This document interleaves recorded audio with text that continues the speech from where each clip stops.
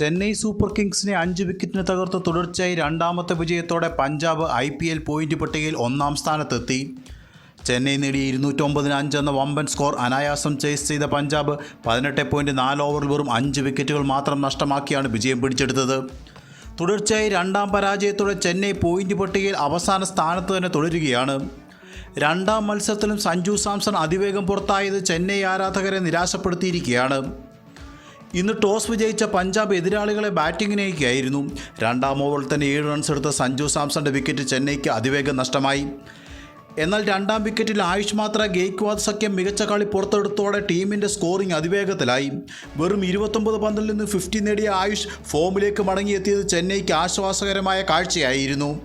എന്നാൽ 12-ാം ഓവറിൽ 22 റൺസ് എടുത്ത ഗെയ്ക്വാദിനെ ചഹൽ വധേരയുടെ കയ്യിലെത്തിച്ചു. പിന്നാലെ ആയുഷ് മാത്രയുടെ വിക്കറ്റ് വിജയകുമാർ വൈശാഖ് സ്വന്തമാക്കി.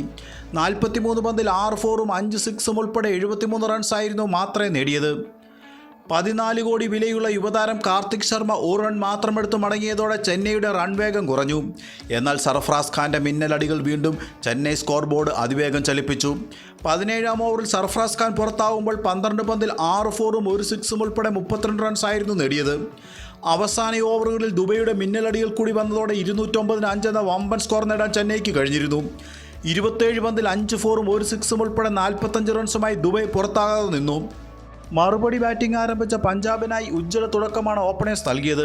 പ്രിയാൻ ഷാരിയുടെ കടന്നാക്രമണത്തിൽ 4-ാം ഓവറിൽ തന്നെ പഞ്ചാബിൻ്റെ സ്കോർ 50 കടന്നിരുന്നു. 5-ാം ഓവറിൽ ആര്യ മടങ്ങുമ്പോൾ 11 പന്തിൽ 3 ഫോറും 4 സിക്സും ഉൾപ്പെടെ 39 റൺസായിരുന്നു നേടിയത്.